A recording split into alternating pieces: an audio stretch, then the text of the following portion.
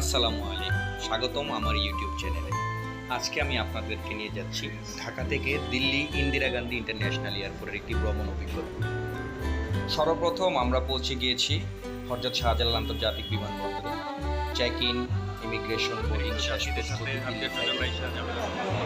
আপনাদের সবাইকে বলে রাখি, যারা বোর্ডিং করবেন অবশ্যই তাদের নির্দিষ্ট এয়ারলাইন্সে বোর্ডিং করে ইমিগ্রেশন করে চেক ইন করব।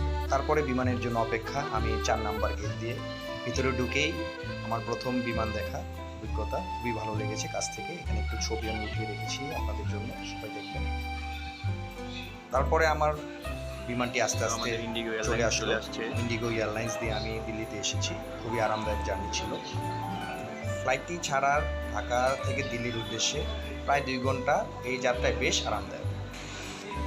বিমানটি চলে আসলো আস্তে আস্তে করে, ইন্ডিগো এয়ারলাইন্সের বিমান। তারপর যথারীতি ফাইনাল চেক হলো।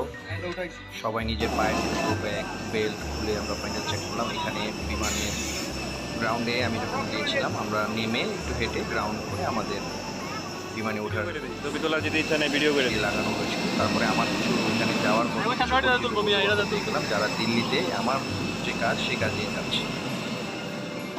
আস্তে আস্তে আমরা সিঁড়ি বেয়ে উঠে যাচ্ছি বিমানের ভিতর।